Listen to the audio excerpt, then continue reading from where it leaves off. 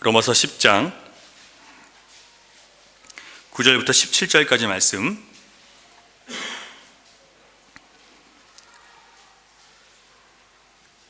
교독합니다. 네가 만일 내 입으로 예수를 주로 시인하며 또 하나님께서 그를 죽은 자 가운데서 살리신 것을 네 마음에 믿으면 구원을 받으리라.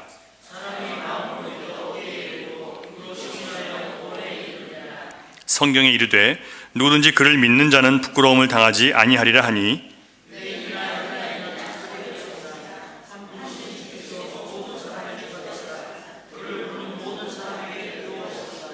누구든지 주의 이름을 부르는 자는 구원을 받으리라.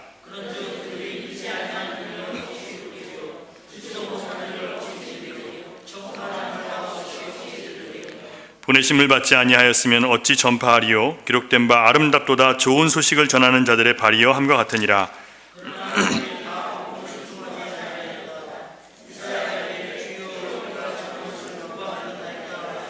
같이 있습니다. 그러므로 믿음은 들음에서 나며 들음은 그리스도의 말씀으로 말미암았느니라. 아멘. 교회는 성도가 구원의 완성에 이를 때까지 성령님 안에서 복음과 하나님 말씀을 가르치는 곳이 교회입니다. 교회는 이처럼 복음이 선포되어야 되고요, 그 복음을 믿고 주님을 주와 그리스도로 영접하고 시인함으로 영접하고 구원의 확신을 가진 사람들이 모여서 하나님의 나라를 이루는 그런 공동체를 교회라고 부르는 거예요. 그러니까 교회는 우리가 모여서 교회라고 하는 게 교회가 아니라 분명히 하나님께서 말씀하신 교회의 정의가 있고, 교회는 무엇을 하는 곳이 교회인지를 분명히 정확하게 정의가 되어 있어요. 그 정의를 하나님께서 우리에게 맡겨주신 게 아니라 누가 하셨다고요? 하나님이 하신 거예요. 그러니까 여러분, 우리가 갖고 있는 교회에 대한 개념은 다 버리세요. 나는 이런 게 교회다라고 생각하는 거 다 버리세요. 교회는 뭐 사랑이 많아야 되고 무슨 뭐 서로 교제가 많아야 되고 다 버리세요. 그건 교회의 핵심이 아니에요. 사도 바울이 이 복음을 믿는다는 것이 무엇인지를, 참된 교회가 무엇인지를 얘기하면서 복음을 믿는다는 것이 무엇인지를 명확하게 제시하고 있어요. 오늘 본문을 보면요, 9절을 보시면 우리가 교회에 대해서, 예를 들면 우리가 복음을 믿는다는 것에 대해서 내가 하나님을 믿고 내가 예수를 믿는다는 것이 중요한 게 아니라 성경적인 기준에 맞아야 그것이 정확하다고 말씀하는 거예요. 여러분, 예수 믿는다고 내가 생각하는데 내가 생각하는 것이 중요한 게 아니라 주님이 말씀하신 성경에 기록된 기준에 맞아야 그게 믿는 거예요. 자, 그게 뭔지 9절을 같이 살펴보겠습니다. 10장 9절 시작. 네가 만일 내 입으로 예수를 주로 시인하며 또 하나님께서 그를 죽은 자 가운데서 살리신 것을 내 마음에 믿으면 구원을 받으리라. 자, 두 가지 제안을 하는데요, 내 입으로 예수를 주로 시인할 것, 두 번째로 하나님께서 예수 그리스도를 죽은 자 가운데서 살리신 것을 어디에 믿어요? 마음에 믿으래요. 마음에. 입으로 시인하는 것과 마음에 믿는 것, 이게 그냥 입으로 말했다고 되는 게 아니고 그냥 내 마음에 난 믿어요 라고 생각했다고 해서 믿는 게 아니란 뜻이에요. 그런 뜻이 아니에요. 시인한다는 것은 지난주일에 제가 말씀을 드린 것처럼 성경의 말씀에 따라서 내가 똑같이 믿는 것을 시인한다고 했어요. 성경이 예수 그리스도에 대해서 이렇다라고 하면 그것을 그대로 받아들이는 게 시인이에요. 그리고 하나님께서 이런 방식으로 내가 너희들을 구원했다라고 하면 우리는 그런 방식으로 내가 구원받았다는 것을 내가 그대로 받아들이는 것을 시인이라고 해요. 주님, 나는 그런 방식이 아니라 난 이런 방식으로 구원받기를 원하는데요, 그거는 시인한 게 아니에요. 정확하게 말씀을 드리면, 여러분, 시인한다는 것은 성경의 말씀을 따라서 내가 죄인이라는 것, 성경이 아니고는 내가 죄인인지 몰랐는데 성경 말씀을 따라 보니까 내가 죄인인 걸 깨달았어요. 그래서 내가 죄인이라는 것을 사람들 앞에서 인정하는 거예요. 네, 맞아요. 내가 죄인 맞아요. 전에는 내가 잘한 것밖에 자랑 못했는데 어느 순간에 내가 예수를 믿고 나서 내가 죄인인 걸 깨닫고 나서 사람들에게 얘기하다 보니까 나는 이런 엉터리 같은 사람이었어요. 나는 내가 굉장히 똑똑한 줄 알았는데 주님 앞에 서보니까 참 미련하게 살았어요. 나는 내가 나름대로 잘 살았다고 생각했는데 주님 앞에 서보니까 정말 잘못 살았더라고요. 정말 교만했더라고요. 이걸 깨달았다면 그 사람은 죄인인 걸 깨달았어요. 어디를 통해서요? 말씀을 통해서. 이게 시인이에요. 자기 죄를 인정하지 못하는 사람들은 절대로 시인한 게 아니에요. 또한 시인한다는 것은 하나님께서 나의 죄를 씻으시기 위해서 약속하신 아들 메시아를, 성경에 약속하신 메시아를 십자가에서 희생제물로 죽이심으로 내가 용서받았다는 것, 이 구원의 방식을 그대로 인정하고 받아들이는 거예요. 주님이 누구를 통해서 우리 구원하셨다고요? 아들 예수 그리스도를 통해서, 그분을 통해서 구원하셨대요. 그러면 하나님께서 구약을 통해서 그렇게 예언하셨고 예수님이 그렇게 오셔서 십자가로 돌아가셨기 때문에 우리가 구원받는 유일한 방식은 뭐예요? 예수 그리스도 십자가밖에 없다는 것을 인정하는 거예요. 그래서 다른 식으로 내가 내 신앙을 자랑하려고 하면 안 돼요. 오직 예수님만 자랑해야 돼요. 내가 이 교회에서 그래도 이거 한 게 많고 이것저것 내가 열심히 했기 때문에 그래도 하나님 나 이거 봐주실 거야, 그러면 돼요, 안 돼요? 안 되죠. 뭐밖에 없어요? 십자가밖에 없는 거예요. 이게 온전한 구원받은 사람의 시인이에요. 또한 시인한다는 것은요, 주님이 사셨던 그 십자가의 삶을 나도 따르겠습니다라고 받아들이는 것을 시인이라고 해요. 주님은 십자가를 지셨지만 나는 십자가까지는 난 하기 쉽지 않습니다. 주님은 자신을 희생하셨지만 나는 나 자신을 희생하고까지는 믿지 못하겠습니다라며 했다면 그 사람은 예수를 시인한 게 아니에요. 입술로 시인한 게 아니란 얘기예요. 가장 중요한 것은 이제는 나를 위해서 죽으시고 다시 사신 예수 그리스도가 하나님의 아들이시고 내가 믿고 의지하고 따라야 될 유일한 구세주라고 말과 행실로 공개적으로 세상에 나타내며 사는 것을 시인이라고 해요. 여러분이 신자인 것을 여러분 말과 행실로 다른 사람들에게 다 나타내고 사십니까? 그게 아니면 아직 시인한 게 아니에요. 우리는 아직 구도자일 뿐이에요. 주님 앞에 온전한 믿음을 찾기 위해서 쫓아가는 사람일 뿐이에요. 물론 하나님은 우리를 구원하셨기 때문에 우리를 구원받았다라고 불러주시지만 우리는 지금 구원을 향해 가는 사람들 뿐이에요. 이것을 입으로 시인하고 마음으로 믿는다고 얘기를 하는 겁니다. 마음으로 믿는 사람은요, 어떤 상황에서도 주님이 하시는 말씀과 주님의 길을 완전히 벗어나지 못해요. 잠깐씩 벗어났다가 돌아오지 완전히 벗어날 수가 없어요. 왜냐하면 내 마음의 생각과 사고의 주체가 내 자신이 아니라 누구예요? 내 안에 계신 주님이 나를 움직이시기 때문에 떠나갈 수가 없어요. 이처럼 성경대로 예수를 입으로 시인하고 마음으로 믿지 않고 내가 믿는다고 생각하는 거 100번 주장해도 소용이 없어요. 만약에 여러분이 정말 성경대로 예수를 입으로 시인하고 마음으로 믿었다면요, 세상에 그 어떤 것이 있고 없고 해서 그것 때문에 울고 웃지 않아요. 세상에 여러분이 원하는 것, 참된 만족과 평안이 없어서 세상 것을 구하는 사람이 되지 않아요. 세상 것으로 인해서 염려와 근심에 다시 들어가는 그런 걱정에서 못 벗어나는 사람이 될 수가 없어요. 뭐가 있다면요, 내가 참된 고백이 있는 사람이면 그렇게 될 수가 없어요. 잠깐 그런 마음이 찾아왔다가도 얼른 쫓겨나요. 왜냐하면 내 안에 주님이 주인이시기 때문에. 참된 고백이 있는 사람은 이것을 이겨낼 수 있어요.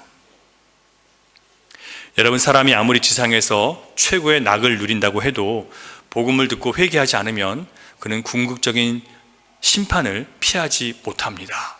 하나님의 심판대 앞에 설 때 영원한 고통의 형벌로 들어갈 수밖에 없어요.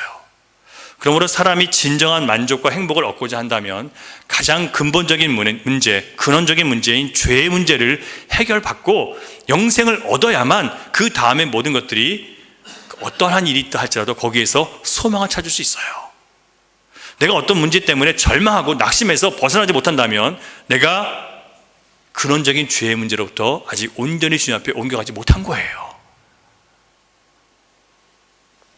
여러분, 그리스도를 믿고 하나님 안에서 살았던 믿음의 선배들이 얼마나 활기차게 세상을 변화시켰습니까?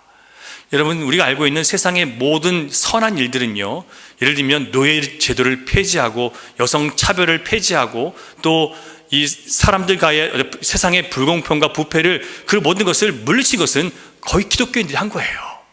세상을 살기 좋은 곳으로 바꾼 사람들은 다 기독교인들이었어요. 그 사람들이 하나님 앞에 기도하면서 세상의 부패와 부정과 또 모든 어두움, 세상의 이 억압과 폭력과 이런 것들에 대해서 대항하고 싸우면서 결국 하나님께서 그 일을 감당하게 하시는 거예요.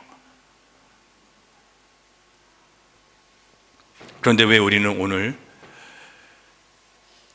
거룩한 영향력을 끼치며 아름답게 살지 못하고 내 몸의 필요와 가정의 안녕과 내 행복을 위해서 사는 것도 이렇게 벅차고 무기력하게 느끼며 사는 걸까요? 거기서 헤어나오질 못해요. 주님의 일로 가질 못해요. 계속 내 안의 문제에서 못 벗어나요. 왜 그럴까요, 여러분? 그것은 복음에 대한 우리의 이해가 잘못되었기 때문에 그런 거예요. 복음에 대한 이해가 잘못되었다 보니까 당연히 하나님과 바른 관계를 맺지 못해서 묶여서 사는 거예요. 묶여서. 내 현실에 묶여서 사는 거예요. 그래서 우리는 반드시 복음을 바르게 듣고 바르게 믿고 바르게 전하는 교회의 사명을 감당하는 신자가 되어야 합니다. 여러분, 우리 열린 우리 교회가 바르게 복음을 듣고 바르게 전하는 교회가 될 수 있기를 여러분 간절히 바라시기 바랍니다. 왜냐하면 마지막까지 주님이 살아남게 하시는 교회는요, 그런 교회밖에 없어요.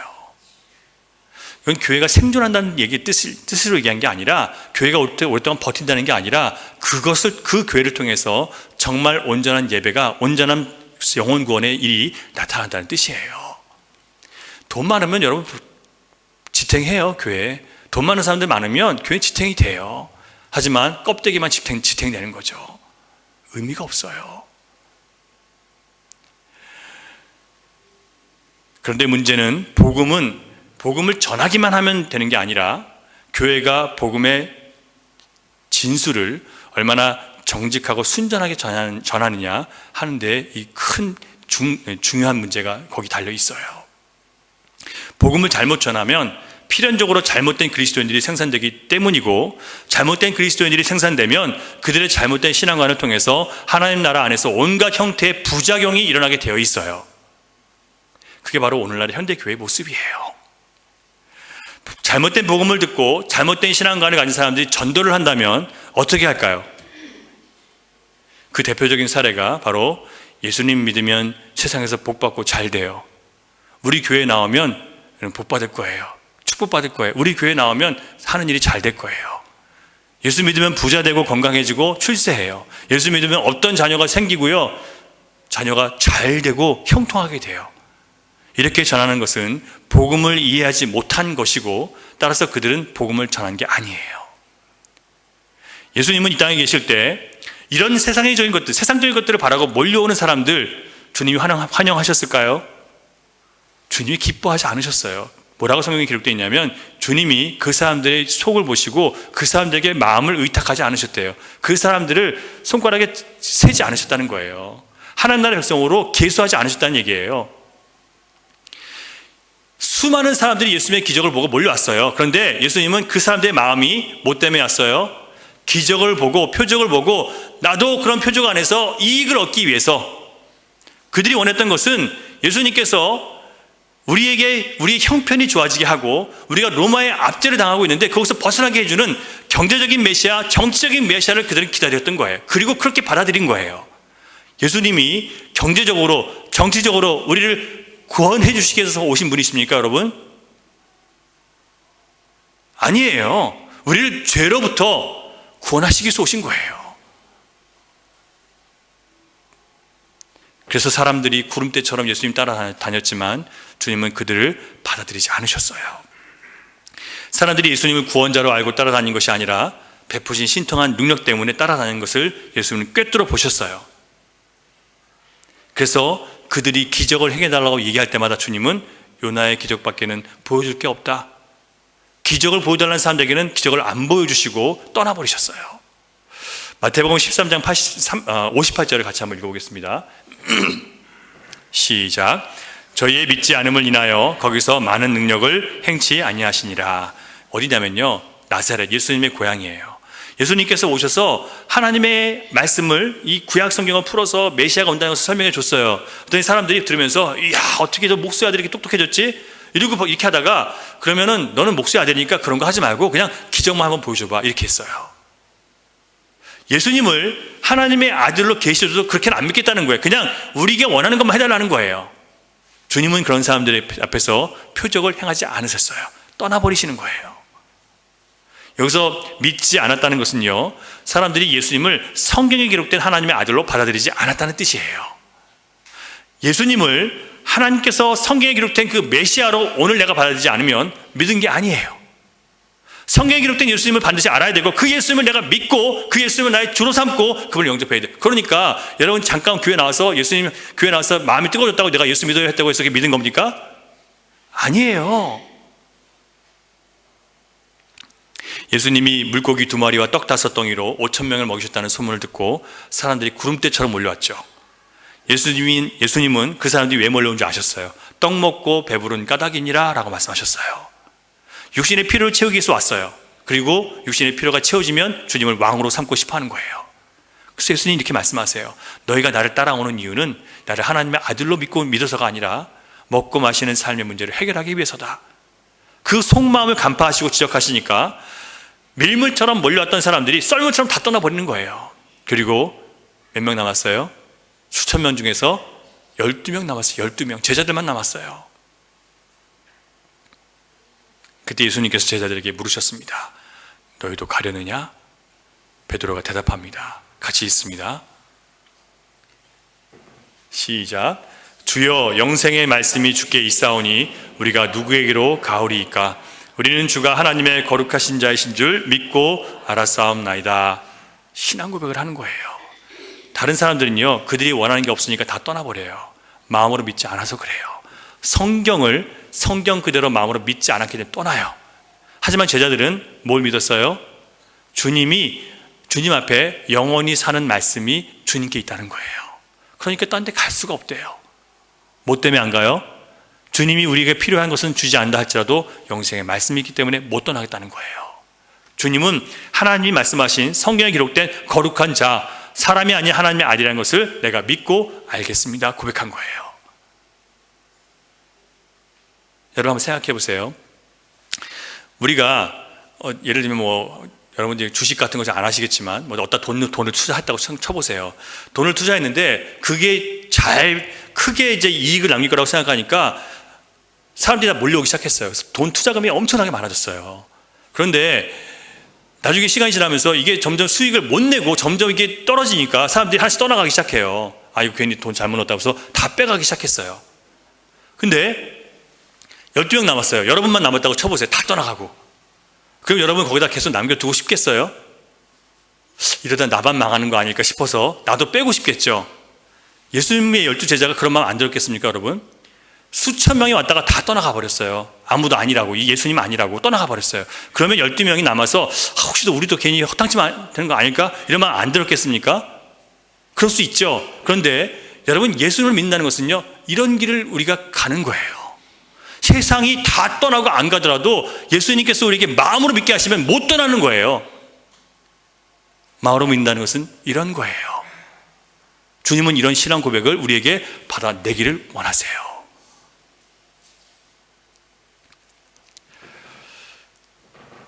그래서 본문에서 사도 바울은 두 번째 구원을 얻는 조건으로 내 마음에 믿으면이라고 말을 한 거예요. 믿다라는 헬라어 단어가 피스티스인데 성경에서는 피스티스라는 단어가 세 가지 의미로 쓰여져요. 그러니까 믿었다 그러면은 나 믿었어 라고 끝나는 게 아니라 세 가지 조건을 만족시켜야 믿는 거예요. 제가 이거는 지금 세 번째 말씀드리지만 다시 한번 여러분 기억하시라고 말씀을 드려요. 첫 번째는 내가 개인적으로 감정이 뜨거운 마음이 생겨서 믿는다는 마음이 생기는 거예요. 자, 여러분 예수님 말씀을 듣다가 아니면 또 사람들의 간증을 듣다가 마음이 뜨거워지면 야, 나도 예수 믿어야 되겠다 이런 마음이 들 때가 있어요. 나도 좀 잘 믿겠다. 나도 좀 예수 믿고 싶다 이런 마음이 들어요. 자, 그러면 감정적으로 뜨거운 마음이 생겼죠. 그리고 이제 내 마음을 주님 앞에 나도 드림에 살기를 원한다는 감정이 생겨요. 주님을 향한 어떤 그런 고백적인 마음이 생겨요. 그러면 이 감정이 생기면 여러분 예수 믿은 겁니까? 그것은 세 가지 조건 중에 하나예요. 두 번째로 뭐가 필요하냐면 반드시 내가 지적으로 하나님 말씀에 동의해야 돼요. 하나님 말씀이기 때문에 이게 하나님 말씀이기 때문에 나는 이것을 믿습니다. 하나님 말씀이기 때문에 이게 가장 내가 깨닫지 못하고 내가 이해하지 못할 뿐이지 가장 완벽하고 가장 논리적이고 가장 정확한 영적 지식입니다. 내가 동의하는 거예요. 두 번째로 성경의 모든 말씀에 내가 지적으로 동의하는 것이 믿음이에요. 어떤 말씀은 믿어지고 어떤 말씀은 안 믿는다? 그럼 아직 아닌 거예요. 마음으로 믿은 게 아니에요. 셋째로 계속적으로 의지적으로 내가 믿는다고 주님께 나를 헌신하는 거예요. 한 번으로 끝나는 게 아니라 계속적으로 내 의지를 발휘해서 나는 주님의 것입니다. 나는 주님을 위해 살겠습니다. 나는 주님의 영광을 사는 존재입니다. 끊임없이 나의 의지를 주님 앞에 드리는 것을 믿음이라고 하는 거예요. 자, 그러면 이 세 가지 조건이 합해져야만 참된 믿음이에요. 이게 헬라어의 믿음이라는 뜻이에요. 이게 예수님이 말씀하신 믿음의 뜻이에요. 그러면 우리가 흔히 부흥 집회나 전도 집회를 통해서 복음을 전한 다음에 예수님을 주와 그리스도로 영접하실 분들 일어나십시오 라고 하면 일어나죠, 사람들이요. 그래서 지금 따라 하십시오 라고 해서 나는 이제부터 내가 죄인인 것을 믿고 예수님이 내 죄를 위해서 죽으시고 다시 살아나셔서 내 죄가 용서받았음을 믿습니다. 이제 나는 그리스도가 나의 주인이고 나의 구원자이십니다.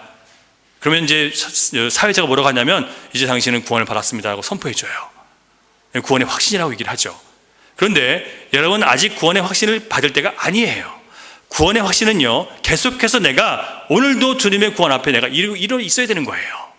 한 번 내가 구원받았다 끝나는 게 아니라 계속해서 내가 오늘도 하나님 앞에 내가 믿음으로 드러나야 되고 내일도 믿음으로 드러나야 되는 거예요. 어제 믿음 갖고 오늘 내가 사는 게 아니에요. 오늘도 내가 의지적으로 나를 주님 앞에 드려야 되는 거예요. 그것을 믿음이라고 얘기하는 거예요. 그러면 이 믿음은 언제까지 계속 우리가 시험 받아요? 죽기까지 가는 거예요. 죽기까지.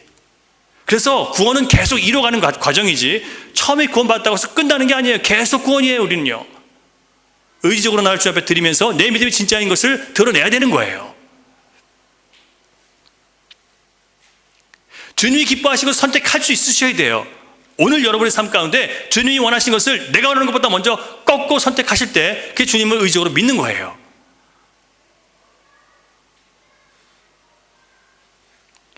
교회 역시 한 사람이 말씀을 들으면서 성령님의 인도하심 속에서 구원의 확신을 가질 때까지 세례를 베풀어주면 안 돼요. 진짜 그 사람이 구원의 확신을 가질 때까지 신자로 인정할 수 없어요. 근데 오늘날 교회는 그렇게 하지 않아요. 저도 그런 부분에 대해서 굉장히 많이 후회하고 있어요. 우리 개혁교회는, 개혁교회 전통은 절대로 초대교회처럼 그런 사람들에게 세례를 주지 않아요. 최소한 예수 믿고 6개월에서 1년 동안 신앙생활을 꾸준히 한 사람에게만, 그리고 계속 훈련받은 사람에게만 세례를 줘요. 그 사람이 내가 정말 이제 예수님을 믿는 것 같습니다라고 고백할 때, 그게 드러났을 때 세례 주는 거예요. 그냥 나이 됐다고 주는 거 아니에요.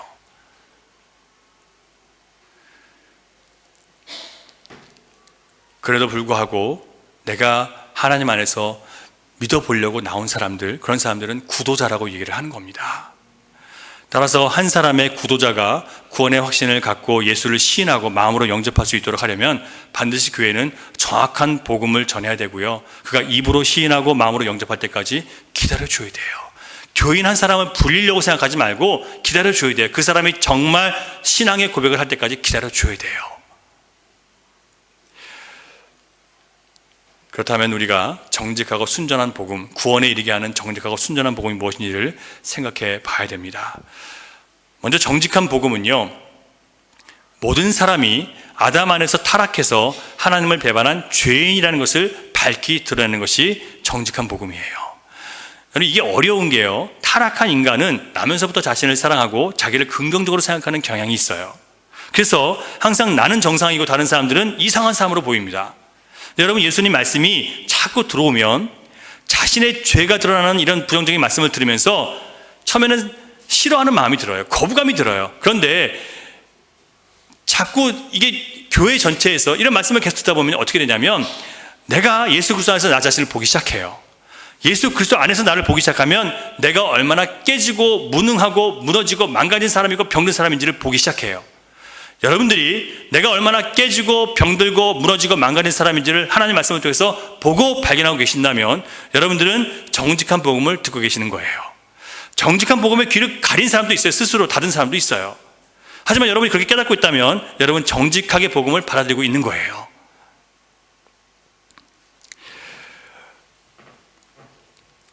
이 정직한 복음을 받아들이지 않으면 누구도 죄사함을 받을 수 없기 때문에 교회는 정직하게 죄를 받아들일 수 있도록 도와줘야 됩니다. 여기서 먼저 믿은 자들의 역할이 큰데요, 예를 들면 먼저 믿은 사람들이 정직한 복음을 받아들였다면 자기가 먼저 내가 죄인됨을 인정해요. 내가 과거에 그렇게 좋은 사람이 아니었어. 근데 하나님께서 내가 예수를 믿으면서 자꾸 이런 어떤 도전을 주시고 변화를 주셔서 내가 이렇게 돌이켜서 이렇게 된 거야. 내가 그렇게 훌륭한 사람이 아니야. 내가 그렇게 하나님 잘 믿는 사람이 아니었어. 나 엉망이었어. 그런데 내가 예수를 믿고 주님 앞에 나와서 하나님 말씀을 듣다 보니까 주님의 말씀이 나를 이렇게 끌고 와서 이렇게 변화된 거야. 이렇게 여러분 얘기해 주면요, 지금 그것 때문에 갈등하는 사람들이 그 말씀을 들으면서 나도 지금은 아니지만 점점 저렇게 될 수 있구나. 나도 지금 죄인으로 드러나지만 점점 하나님께서 원하시는 모습으로 달라질 수 있구나. 그 도전을 받는 거예요. 그러면서 구도자들이 점점 신자가 되고자 하는 마음을 갖게 되는 거예요. 누가 해야 된다고요? 먼저 믿은 사람들이 해야 되는 거예요. 이건요. 자기 자랑만 하고 자기 잘난 것만 얘기하면 절대로 사람들이 구원 못해요. 먼저 믿은 사람들이 자신의 허물과 죄를 드러내고 그걸 용서해 주신 주님을 자랑할 때 거기서 주님의 역사가 나타나는 거예요.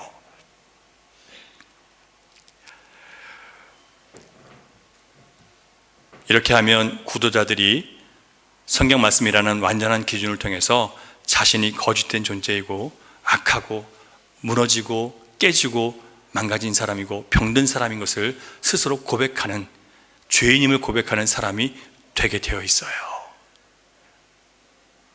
둘째로 정직하게 복음을 전하는 교회는요, 신자가 세상과 구별된 신자로 살아내야 된다는 것을 가르쳐요. 그래서 그러기 위해서 반드시 자기 부인의 고통과 십자가를 감당해야 되는 이 부담을 숨김없이 가르쳐 줍니다. 여러분, 예수를 믿을 때 처음에 분명히 주님은요, 처음부터 이렇게 말씀하셨어요. 마음이 가난한 자는 복이 있다. 애통해야 된다. 때로는 줄여야 된다. 우는 자가 되어야 된다. 그리고 때로는 나와 복음을 위해서 핍박도 받고 또 사람들에게 따돌림도 받고 억울한 일도 당하고 고통도 받게 될 것이라고 말씀하셨어요. 처음부터요. 근데 오늘날 교회들은요, 뭐라고 하시는 줄 아세요? 이런 건 없대요. 주님 믿으면 다 좋대요. 이런 사기가 어디 있어요? 여러분, 주님 믿고 다 좋으셨습니까? 여러분, 주님을 닮아가는 이 과정이 얼마나 아프고 힘들어요. 예수를 닮아가기 위해서 나를 부인하는 것이 얼마나 괴롭고 힘듭니까, 여러분? 내 자아와 욕망과 싸우는 것이 얼마나 아파요, 여러분. 정말 죽고 싶을 때도 있고 정말 포기하고 싶을 때도 있는 거예요. 그러나 주님께서 우리를 계속해서 사랑으로 권면하시기 때문에 가게 되는 거예요. 누가 주님 믿는 게 그렇게 좋다고 그래요? 그걸 지나가야 깨닫는 건데. 엄청난 고생을 각오하고 목숨을 내놓아야 주님 따라갈 수 있어요. 처음부터 주님은 그렇게 가르치셨어요. 근데 현대교회는 그렇게 가르치지 않아요. 쉬운 복음, 값싼 복음, 다 잘 되는 복음. 여러분, 예수님은 그리스도를 따르려면 세상을 사랑하지 말라고 말씀하셨습니다. 이런 까닭에 여전히 세상을 사랑하고 세상과 짝하고 살고자 하는 마음을 버리지 못한 두 마음을 가진 사람에게 당신 구원받았습니다라고 선포하면 되겠습니까? 안 되겠습니까? 그런 사람들에게 구원에 대해서 당신은 천국 갈 겁니다라고 얘기하면 되겠습니까? 안 되겠습니까? 안 되죠. 여러분, 사실 목사가 이렇게 보면 그 삶의 모습을 보면 아직도 주님 앞에 온전히 드려지지 못한 것을 볼 수 있어요. 그러면 저는 그래서 설교할 때 그 드려지지 못한 부분에 대해서 밝히 드러내고 그것을 돌이키라고 저는 설교해야 되는 거예요. 그래서 여러분, 우리가 반에서 전부로 갈 때까지, 두 마음에서 일심으로 주님을 따를 때까지 저는 전해야 되는 거예요. 저 역시 같이 그렇게 노력하고요. 두 마음이 아닌 것을 보면서 가만히 있으면 여러분, 그게 목사입니까, 여러분? 한 마음으로 주님을 따르지 않는 거 보면서 가만히 내버려 두는 게 그게 사랑입니까, 여러분? 근데 그거를 그렇게 해달래요. 그게 사랑이라고.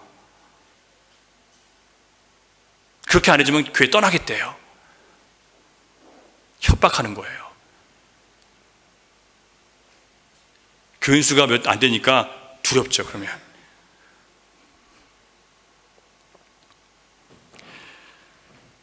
아니에요. 여러분, 성도가 되려면 세상과 결별하겠다는 단단한 결심과 각오를 처음부터 해야 돼요. 교회는 구도자들에게 이런 사실을 감추거나 속이지 말고 정직하게 가르쳐 주는 게 이게 정직한 복음이에요. 그러나 많은 교회들이 이런 것을 하면 구도자들이 도망칠까봐, 성도가 되지 않을까봐 염려해서 달콤한 얘기들을 주로 가르치는 겁니다. 이렇게 반쪽짜리 복음을 가르치면요, 결국 가짜 그리스도인들을 만들어내요. 교회가 가짜 그리스도인들을 만들어내면 결국 언젠가 그 모든 피해를 고스란히 교회가 다 받게 되어 있어요. 나아가 다른 교회와 신자들까지 타락시키는 그런 교회가 되는 거예요. 그러므로 복음의 순수성을 지키며 영혼을 구원하려면 반드시 교회는 정직한 복음을 전해야 되고요, 그런 복음이 전파되는 것을 성도들은 즐거워할 수 있어야 됩니다. 만약에 사람을 모으는 것이 교회의 본질이었다면 예수님은 실패하셨습니까? 성공하셨습니까? 예수님의 교회는 몇 명이었어요? 12명에다가 여인 몇 명, 그리고 남들에게 들킬까 봐 숨어서 예수 믿는 사람들 몇 명. 우리만큼도 안 됐어요.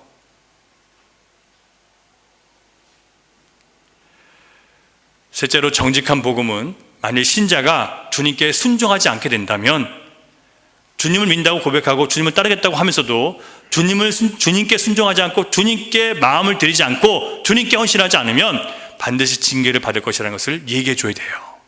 근데 여러분, 누가 그런 얘기 듣고 싶어 합니까? 잘못해도 잘했다고 해주길 바라죠. 근데 반드시 교회는요, 잘못한 것에 대해서 잘못했다고 얘기를 해주고, 그 사람에게 교회는, 예를 들면 목회자는, 또 지도자는 가서 잘못된 신앙에 대해서 지적하고 돌이키라고 얘기해줘야 돼요. 안 돌이키면 결국은 어떻게 해야 돼요? 교회 수찬 정지나 잠시 교회를 쉬십시오, 오지 마십시오라고 해야 돼요. 그렇게 되면 이 사람이 뭐라고 할까요? 내가 어디 더러워서 교회가 여기밖에 없나? 갈 수도 있죠. 이렇게 된 사람은 정직한 복음을 못 배운 사람이에요. 자기가 잘못한 것에 대해서 정직하게 성경을 통해서 가르쳤을 때 그것을 못 받아들이는 사람은 정직한 복음을 처음부터 못 들은 사람이고 그것을 향해 귀를 막은 거예요. 교회의 세 가지 표지 중에 하나는 권징이에요. 권징은 뭐냐면 권해서 징계하는 거예요. 권면하고 징계하는 거예요. 잘못된 것에 대해서 반드시 책임을 묻게 하는 거예요. 그것을 받아들일 때 교회는 순수성을 회복하고 온전한 교회가 될 수 있어요. 정직한 복음은 반드시 이런 것까지 얘기해 줄 수 있는 것이 정직한 복음이에요. 교회 오면 다 좋다고요? 아니에요. 때로는 말씀 때문에 징계도 받고 아플 때가 있어요. 혼날 때가 있어요. 그걸 받아들일 때 온전한 교회가 되는 거예요. 교회가 구도자들에게 처음부터 정직하게 복음을 가르치면 이렇게 성숙한 신앙인으로 반드시 변화될 수 있도록, 구도자들을 변화시킬 수 있도록 그렇게 할 수 있어요. 만약 교회가 사람들의 반감이나 복음을 힘들어하는 그런 정당한 반응을 염려해서 사람들이 힘들어해요, 그것 때문에 정직한 복음을 감추면 구도자가 온전한 신앙을 갖출 수 있겠습니까? 안 돼요. 17절의 말씀처럼 믿음은 들음에서 나고요, 들음은 그리스도의 말씀으로 말미암다고 했어요. 진짜 그리스도의 복음을 들어야만 진짜 믿음이 생기는 거예요. 복받아라 하는 복이 아니에요. 복음이 아니에요. 여러분, 나 잘 될 것입니다 라고 하는 것이 그게 축복이 아니에요. 정직한 복음은 여러분에게 엄청난 희생을 강요하고 엄청난 십자가의 부담을 줘요. 그리고 거기에 순종하지 않을 때 하나님의 징계가 있을 것이라고 얘기해 줘요.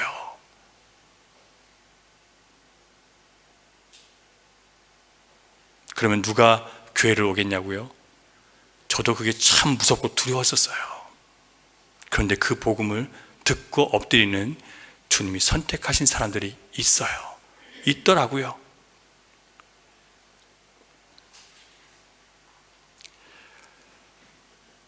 둘째로, 구도자들이 예수 그리스도를 주와 그리스도로 시인하고 마음으로 믿는 사람들로 변화되려면 교회는 첫 번째가 정직한 복음이라면 두 번째는 순전한 복음을 전해야 돼요. 순전한 복음을 전하려면 전하는 자가 복음을 전하고 성도를 훈련시키는 모든 과정을 철저하게 성령님께 의지해서 해야 돼요.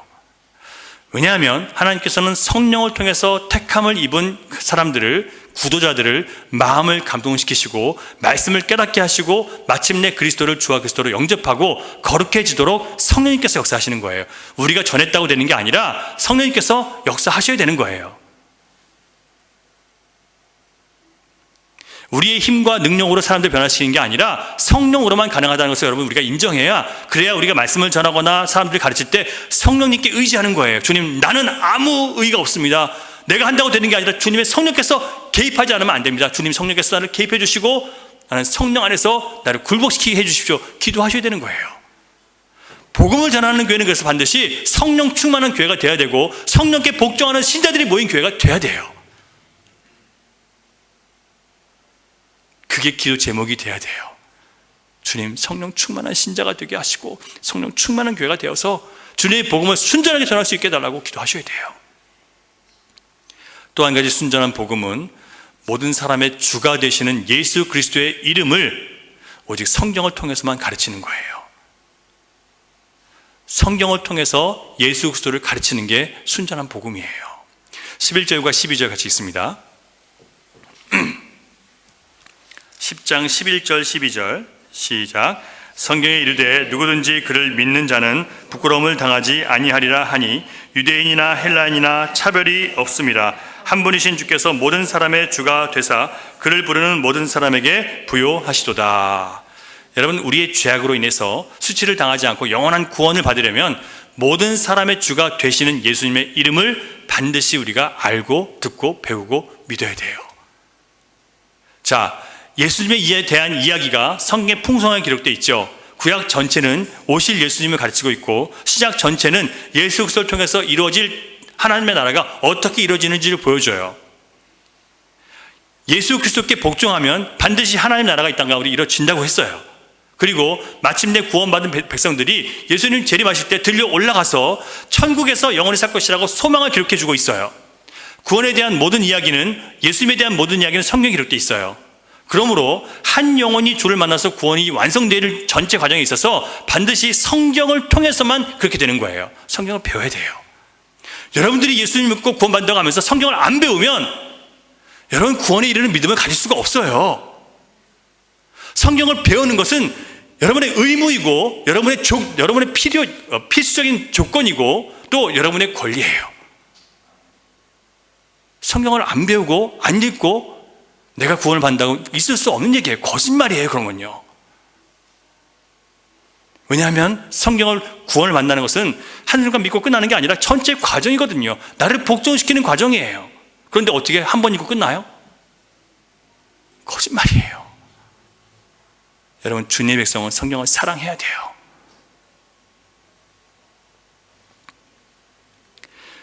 그러므로 먼저 믿은 신자가 구도자를 가르칠 때 자기의 체험, 내 경험, 거기에 입각해서 얄팍한 깨달음을 전하면 안 되고요.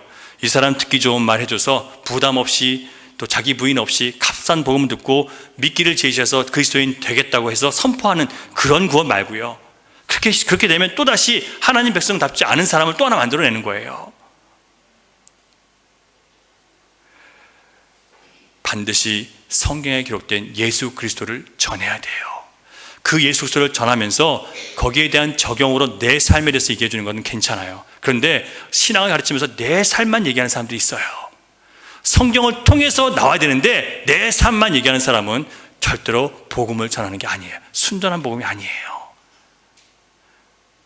자기 간증만 하고 주님 말씀 때문에 내가 이렇게 됐다 저렇게 됐다는 얘기를 안 하는 사람은 다 잘못된 복음을 전하는 사람이에요.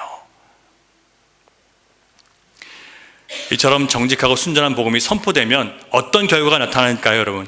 어떤 일이 벌어질까요? 결과가 딱 두 가지밖에 없어요. 세 가지도 없어요. 하나는 뭐냐면 쉽게 믿고 자신의 만족을 위해서 신앙 가지려는 사람들은 교회 떠나요. 그런 교회를 떠나요. 나 편하게 믿고 싶어서.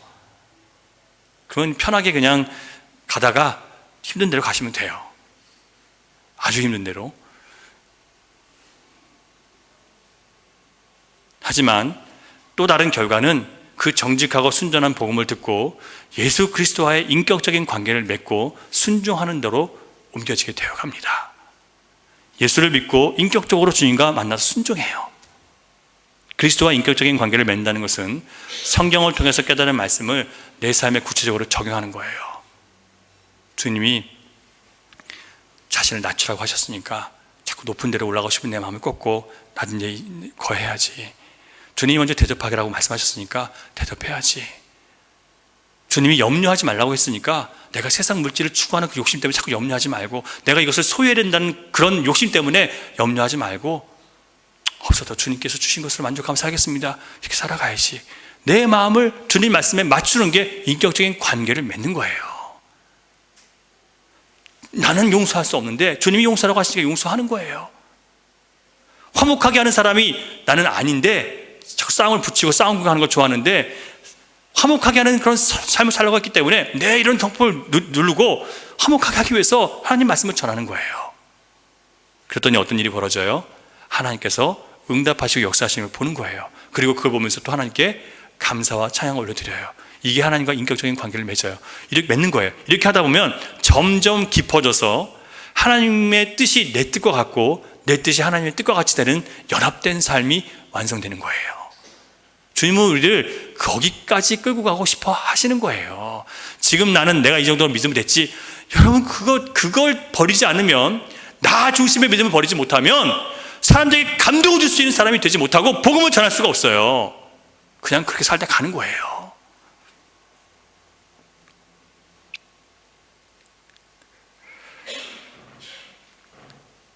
성도는 이런 정직하고 순전한 복음이 선포되면 그것이 가르쳐질 때 성령께서 이것을 도구로 사용하셔서 구도자의 생명을 하나님과 교제하고 사랑했던 처음 피조물의 모습으로 완전히 새롭게 바꿔 놓으시는 겁니다. 성도는 이런 과정을 겪으면서 거듭나고 세상과 구별된 삶을 배우면서 구원을 받게 되는 거고요. 이처럼 구원이 확실해지면 예외 없이 하나님께 대한 온전한 신앙 고백이 터져나와요. 그래서 예수님께서 이렇게 요구하실 때 아무든지 나를 따라오려거든 자기를 부인하고 날마다 제 십자가를 지고 나를 쫓을 것이니라. 이것도 예수님이 초반에 말씀하신 거예요. 많이 믿은 다음에 한 게 아니라 초반에. 그러니까 이 말씀을 듣고 어떤 일이 벌어져요? 도망치는 사람이 많고 쫓아오는 사람은 소수예요. 이 주님의 부르심에 네 주님 제가 그렇게 하겠습니다 라고 순종할 수 있는 사람으로 주님이 우리를 만들어 가시는 거예요. 예수 그리스도께 대한 신앙 고백이라는 것이 우리 이런 수준까지 올라가는 것을 말하는 겁니다. 예수님께서 당신의 제자가 되려는 사람들에게 세 가지 조건을 제시한 거예요. 이 말씀을 통해서 아무든지 나를 따라오려거든 자기를 부인하고 날마다 제 십자가를 지고 나를 쫓을 것이니라. 첫 번째가 뭐예요? 자기 가족은 물론이요 자기 목숨까지도 미워해야 되는 거예요. 주님의 길을 가기 위해서 나는 내 목숨과 내 가족까지도 뒤로 할 수 있는 그런 우선순위를 가졌냐, 이걸 물으시는 거예요. 여러분 어떠십니까? 주님이 먼저세요? 여러분 자녀가 먼저세요? 주님이 먼저세요? 여러분의 일이 먼저세요? 이거 쉽게 대답 못 하시겠죠? 그 고백이 나와야 온전한 신앙 고백을 하신 거예요. 이게 초반에 있는 거예요. 초반. 나중에 가서 있는 게 아니라 초반부터 이 신앙 고백을 하고 거기에 맞춰야 돼요. 그 맞추기 위한 삶을 살아가는 거예요, 내가요. 둘째, 자기 십자가를 지고 있으면 쫓으래요. 내 인생이 아무리 무겁고 어렵고 힘들어도 주님이 가라고 한 것을 위해서 이것을 다 내려놓고 가는 거예요. 셋째로, 자기의 모든 소유를 부자 청년에게 이해하신 것처럼 나를 따르기 위해서 기꺼이 버리고 넌 날 쫓아와라. 여러분의 재산을 다 하나님께서 다 이웃에게 나눠주고 너는 이제 나만 믿고 쫓아와라. 여러분 그러면 그렇게 하실 수 있으시겠습니까? 구체적으로 우리에게 질문을 해버리면 갑자기 당황스러워지는 거예요. 그래서 주님은 거기에까지 우리의 신앙 고백을 듣기를 원하세요.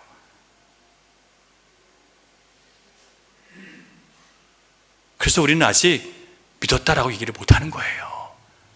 믿으려고 애쓰는 사람들이죠. 누가 내가 천국 간다고 확실하게 말할 수 있겠습니까?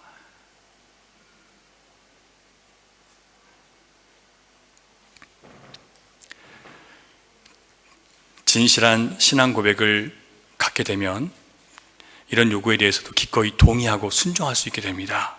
신앙 고백의 의미가 그런 거예요. 제자들처럼 떠날 수가 없는 거예요. 세상 것 다 잃어도 영생의 말씀 때문에 못 떠나는 거예요. 이렇게 해서 차마 믿을 수 없고 고백할 수 없는 비참하고 절망적인 상황에서도 우리는 성령으로 말미암아 주는 나의 주요 나의 그리스도이십니다 라고 신앙 고백을 할 수 있도록 성령께서 우리를 이끌어 가십니다. 그저 입을 열어서 예수님 나 구세주라고 믿습니다, 이게 끝이 아니에요. 매일매일 삶 속에서 의지적으로 나를 주님 앞에 드리는 것이 믿음이에요. 뜨거운 마음 한번 경험했다고 끝나는 게 아니라 오늘도 나를 주님 앞에 드림으로 그 말씀에 내가 순종함으로 내 마음에 주시는 주님의 위로와 뜨거운 감사가 있게 될 때, 주님의 십자가를 생각하면서 눈물이 나며 감격이 있을 때, 그게 바로 감동이에요. 하나님 하신 말씀은 내가 이해 못하더라도 이게 진리이기 때문에 내가 여기에 동의합니다. 나를 꺾고 드릴 때 그게 믿음이에요. 한 가지라도 빠지면 온전한 마음으로 믿는 믿음이 아니에요. 사랑하는 여러분, 성도는 더 이상 세상을 사랑해서는 안 되는 사람들입니다. 그렇게 되면 두 마음을 품고 죄에서 못 벗어나요. 이제 우리는 하나님을 사랑하고 이웃을 사랑하라고 택함을 입었고 부름받은 사람들입니다. 진짜 성도는요, 이런 정직하고 순전한 복음을 가르쳐도 두려워하거나 회피하지 않고 도망치지 않습니다. 오히려 성경을 배울수록 그것이 마땅하죠. 당연히 하나님 그러셔야죠. 나를 위해서 그 하나뿐인 아들을 주셨는데 내 인생 전부를 걸어도, 전부를 맡겨들어도 내가 뭐가 아쉬울 게 있습니까? 당연하죠. 내게 무엇을 드려도, 무엇을 주님 앞에 다 쏟아놔도 아까울 게 없는 거예요. 이런 신앙 고백을 하는 사람은요, 오히려 내가 범사의 예수 그리스도의 다스림과 통치로부터 혹시나 벗어날까봐, 순전한 복음, 정직한 복음으로부터 멀어질까봐 끊임없이 스스로 그리스도의 몸으로부터 떨어지지 않기 위해서 깨어 기도하며 노력하는 거예요. 의지적으로 자꾸 노력해요. 아, 이렇게 살면 안 되지, 내가 이렇게 믿으면 안 되지, 정신 차려야지. 그게 누가 주는 마음이에요? 주님께서 주시는 마음이고, 거기에 내가 결단해서 순종하면 주님께서 나를 업그레이드 시키시는 거예요. 믿음의 업그레이드를. 신앙은 오직 말씀을 믿고 의지하고 그것이 지시하는 바에 따라서 자신을 적응시켜 나가는 겁니다. 우리가 구원받은 것은 하나님께서 우리를 예수님께 속한 사람이 되게 하기 위해서 우리를 구원하셨어요. 여러분, 예수님께 속하셨습니까? 모든 부분에 예수님께 속한 것 같으십니까? 모든 부분에 예수님께 속하기를 원한다고 기도하시고 그런 싸움을 여러분 하세요. 이게 믿음의 선한 싸움이에요. 주님은 이 부분에 대해서 우리에게 절대 양보하지 않으시니까 주님이 나에게 질 것이라고 생각하시면 안 돼요. 다른 건 몰라도 이 진리의 부분에 대해서는 절대로 우리에게 양보하지 않으세요. 왜냐하면 진리는 비진리에게 고개 숙이지 않기 때문에 그래요. 우리가 빨리 꺾어야죠. 내 마음대로 사는 신앙생활 하면서, 내 뜻대로 하는 신앙생활 하면서 주님이 나한테 양보할 것이라고 기대하지 마세요. 내가 꺾여요, 내가.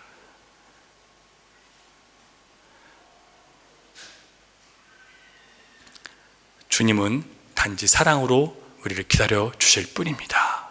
돌아올 때까지, 정말 온전한 신앙 고백할 때까지 기다려 주실 뿐이에요. 그러므로 열리는 우리 교회 공동체는 주님의 이 기다리시는 사랑을 믿고 정직한 복음, 순전한 복음에 마침내 순종할 수 있는 우리가 될 수 있도록 해달라고 여러분 기도하시기 바랍니다. 또 다른 구도자에게 참된 복음, 정직하고 순전한 복음을 전할 수 있는 그런 신자와 교회가 될 수 있도록 그렇게 여러분 기도하시기 바랍니다. 주님 뜻대로 이런 소원을 갖고 기도하면 우리 아버지께서 반드시 그런 교회와 신자가 될 수 있도록 우리에게 응답해 주실 줄 믿습니다. 기도하겠습니다. 주님 감사합니다. 우리는 우리가 가지고 있는 믿음의 감정이나 우리가 가지고 있는 믿음의 수준에서 내가 잘 믿고 있다고 생각할 때가 있었음을 주님 앞에 인정하고 고백하고 회개합니다. 주님 부끄럽습니다. 우리가 얼마나 헛된 믿음, 허황된 믿음을 갖고 믿음이라고 고백하며 살았는지, 정직한 복음, 순전한 복음 앞에는 정말 두려워 떨 수밖에 없고 아무것도 아닌 것이 드러나는데 우리가 얼마나 교만한 마음으로 하나님 앞에 서 있었는지를 생각하며 회개합니다. 이 시간 정직하고 순전한 복음 앞에 우리 자신을 온전히 발견하고 다시 한번 주님의 다스림과 통치를 순전하게 받아들이고자 하는 그런 마음을 주님 앞에 올려드립니다.